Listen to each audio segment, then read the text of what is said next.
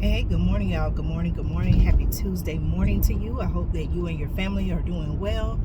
Listen, y'all, I just want to come on really quickly. I won't keep you long, but I felt the need to speak on what's happening in Houston, Texas. Now, if you are not aware of what's going on in Houston, Texas, the people of Houston,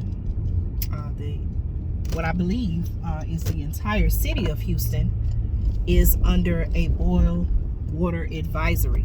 This happened just a few days ago. I believe it went into effect maybe, I want to say Sunday night, Monday sometime.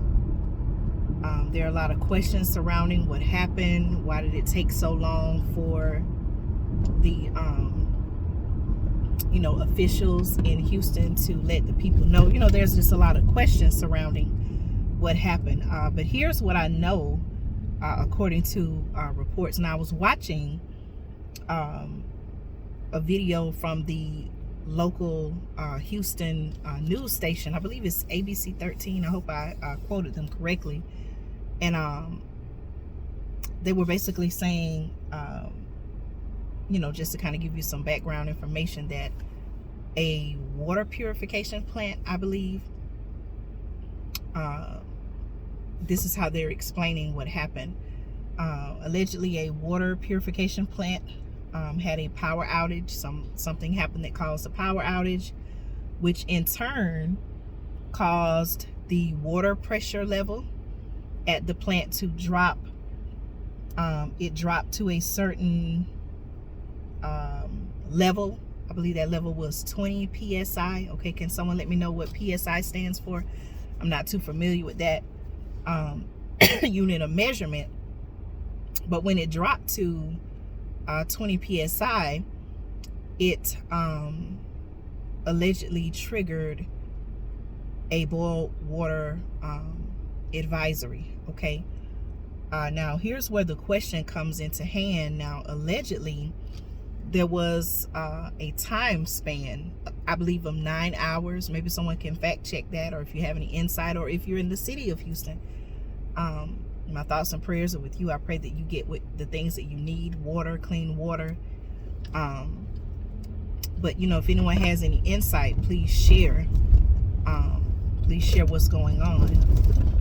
And there seems to be a lot of debate and discussion about the time frame of when this first happened, this power outage or whatever, this power outage allegedly. There seems to be a question about, okay, well, if it happened at this, at this point of the day, then why is it that people in Houston were alerted much later? I believe it was the mayor of Houston. I can't remember the person's name, but they were explaining how there are certain protocols and procedures, things like that. And according to the mayor, they had to follow certain protocols. Like if they got this reading, then if they got this reading, I'm trying to kind of remember it. If it was a certain reading, then they had to do one thing. If it was another reading, they had to do something else. So it's kind of really a lot of questions around that. Even listening to the person speak about it's kind of like, okay, like what, like what's really going on? Like, just tell the people what's really going on. And I personally believe that the people of Houston, the city of Houston, they have the right to ask questions. Again, you have your elected officials, people who are elected into office to serve the people, to serve the community who elected them. They're to be held accountable for what goes on, as well as people who may not be elected, that may be appointed into certain positions. So the fact that they are under a boil water advisory, from my understanding, it was a short notice. And so I pray that that this issue is resolved as soon as possible. It was also reported that schools had to close, because of the I just say, short notice, because it seems to be a lot of questions like, why weren't the people alerted in a timely manner? I imagine that people with children, parents and families with children, had to make arrangements. If school is closed and, some people may have still been expected to report to work, then, in this crisis situation for them, they had to make some decisions, some choices on whether to go to work or find, alternate child care for the day. And so, like I said, y'all, all it takes is one crisis, unexpected. And from my understanding, if I have the time of day correct, this happened, the people may have found out like over into the evening and night. And remember what I said, in my particular area, a lot of the grocery stores, I don't know of a grocery store or, big retailer that stays open 24 hours. So if something happens over into the night and, you need clean water, if you don't have your own water purification system at home, and if you don't have your emergency water supply or, supply of water, then, I would imagine that some of the people had to wait until the stores open to go out and buy water. Now, the news station, again, I believe it's ABC 13. I want to make sure I credit them. They did show where people were going out buying cases and cases of water. Now, you all know, my subscribers, supporters, you all know from being, from watching me and seeing me report on water shortages and things of that nature and topics of that nature, you all know that I lost my train of thought, y'all. I'm trying to see what's coming up ahead. Make sure you like this video, share this video, and subscribe to the channel. I was trying to prove a point. It'll come back to me. I'm also trying to, look around and see what's going on. It looks like traffic is slowing up ahead. Of course, I'm talking to you all, but I'm keeping my eyes on the road as well. And so, this is what I was saying. So you all know, just from me reporting to you all live in the stores, there was a time, and I haven't seen this recently, but there was a time in Sam's Club when I remember, you all remember when I did the videos in Sam's Club and I was showing you all how they had limits on water, how much water you can buy. So now, I'm not in Houston, but I would just imagine being in the Houston area, because the entire city, from my understanding, is going through this crisis. I would imagine that, that maybe eventually, I don't know, eventually they're going to place limits on how much water people can get, whether it's 2 cases per family or something of that nature. So again, my thoughts and prayers are with the people of Houston, Texas, who are going through this crisis situation, experiencing the boil water advisory. Again, I definitely feel like they have the right to ask questions and demand answers. Someone needs to, someone or, whoever is over, this whole situation, they need to be held accountable, because this infected the entire city. And from my understanding, I don't have the figure in front of me, but I think it was maybe so many millions of people. Okay, I don't know how many people live in Houston, but I think it was reportedly like maybe in the millions. Houston and surrounding areas were affected by this, because I would imagine maybe some people have to, if they can't find what they need in Houston, they may travel to they may have to travel to neighboring cities to find the things that they need, and of course that would affect the supply in those other areas. So you all let me know your thoughts on this. Why does this keep happening, y'all? We've seen this happen time and time again. Most recently, before this situation, I reported on what was going on in Jackson, Mississippi. And the situation there. Maybe I'll link the video so you all can watch it, just in case you missed it. But the question is, why do these things keep happening?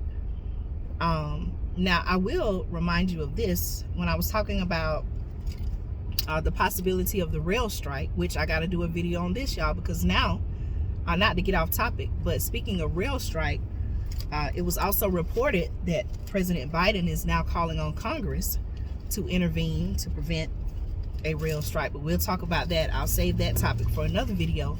But when I was reporting on the rail strike, I was talking about the importance of how it is important to how our economy relies heavily on transportation by rail, you know, the rail system, and how essential that service is to our economy.